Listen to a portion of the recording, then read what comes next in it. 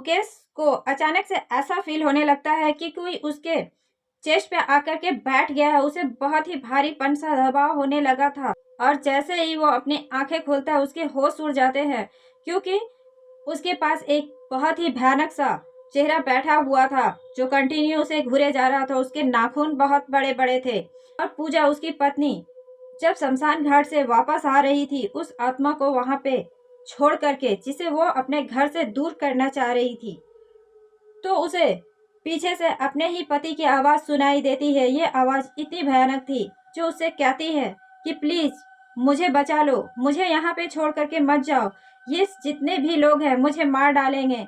ये चेहरा बहुत भयानक है जो मुझे शमशान घाट में ही रख लेगा, प्लीज मुझे छोड़ करके यहाँ से मत जाओ। ये सुनकर के पूजा बहुत ज्यादा घबरा जाती है और डर जाती है, लेकिन जैसे ही वो पीछे पलट करके अपने पति को बचाने वाले होती है कि उसके साथ कुछ ऐसा हो जाता है कि पूजा के रोंगटे खड़े हो जाते हैं।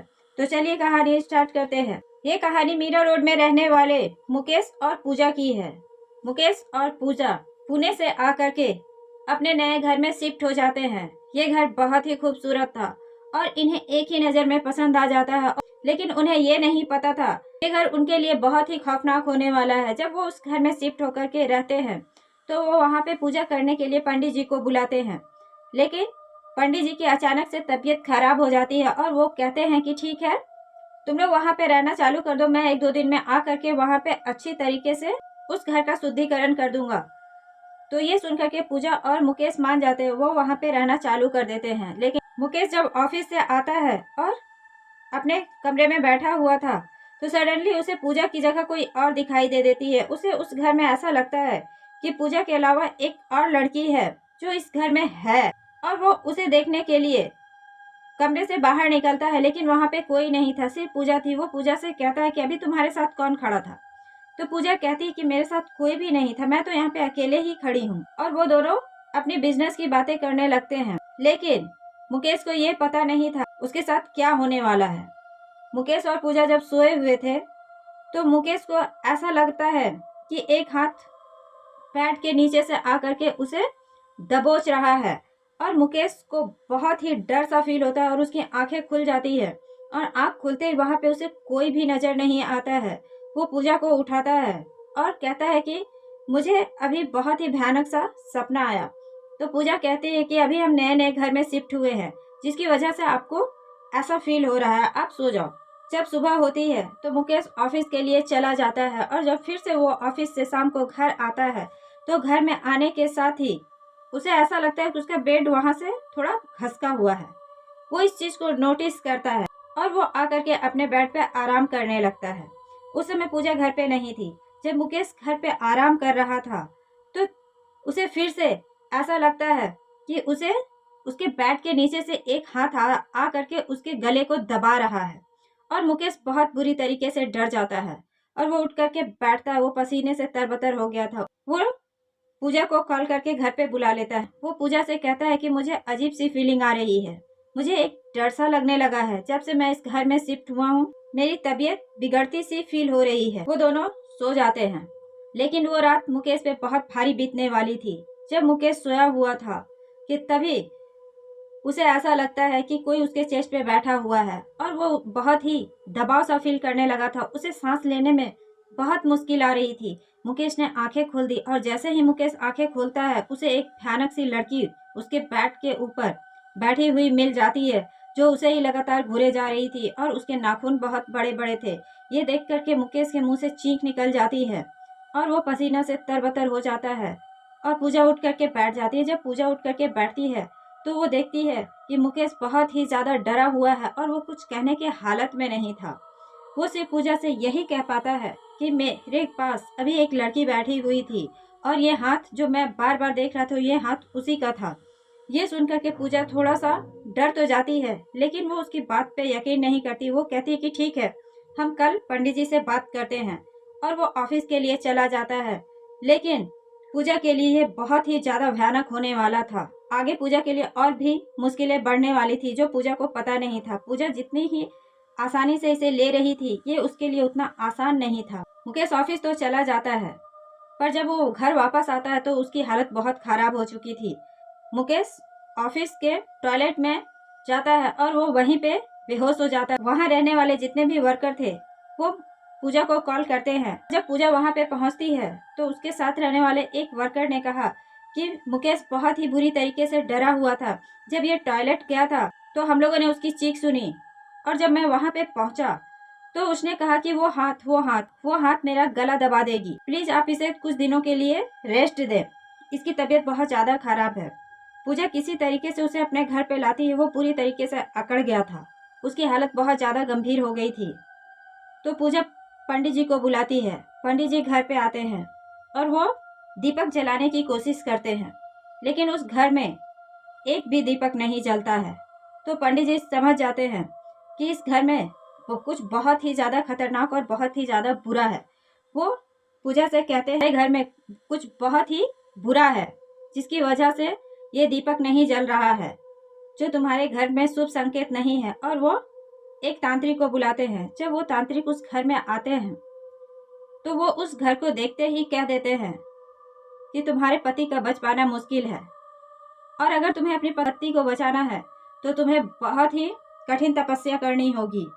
पूजा कहती है कि मैं हर चीज के लिए तैयार हूँ, मेरे पति को हुआ क्या है।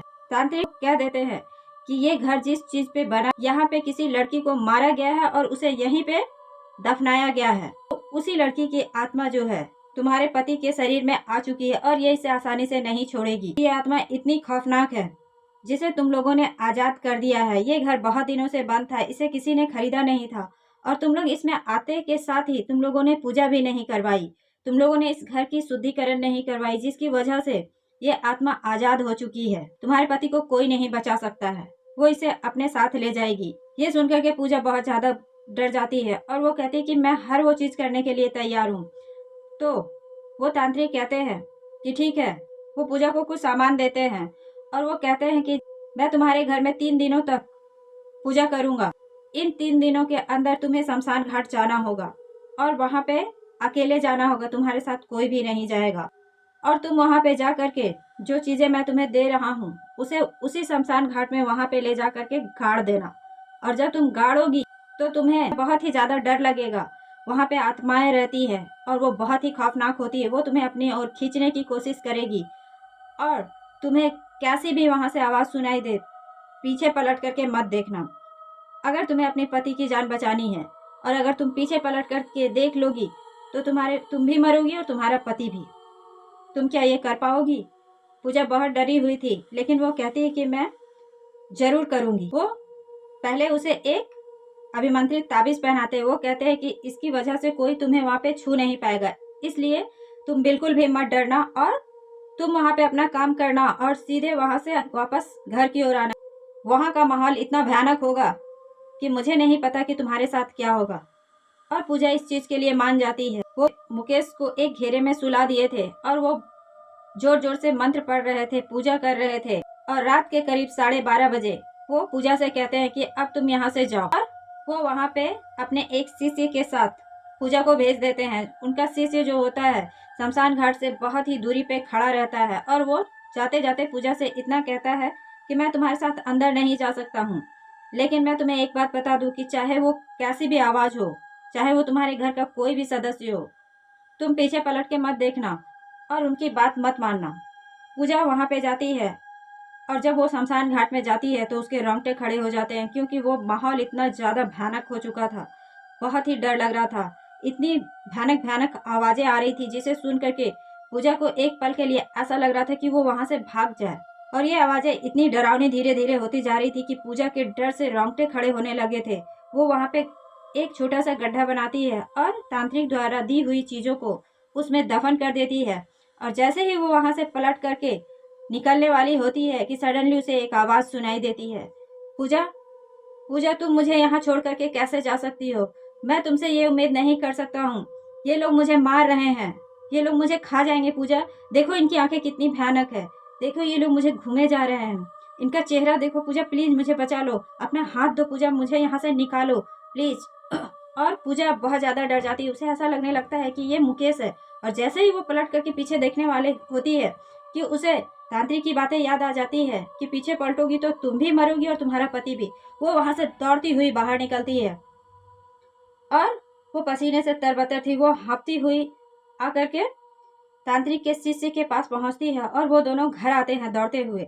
और यहाँ पे तांत्रिक जी ने पूरी प्रक्रिया की और मुकेश को होश आ जाता है और मुकेश उठ करके बैठ जाता है। तो तांत्रिक जी पूजा से कहते हैं, तुमने अपने पति की जान बचा ली, नहीं तो तुम्हारे पति को कोई नहीं बचा सकता था। ये आत्मा बहुत ही खौफनाक और बहुत ही भयानक थी और आज भी मुकेश और पूजा इस घटना को भूल नहीं पाते हैं। ये घटना उनके लिए बहुत ही खौफनाक थी। तो thanks for watching this story guys. अगर आपको हमारी ये कहानी अच्छी लगी हो तो प्लीज़ लाइक एंड सब्सक्राइब जरूर कीजिएगा।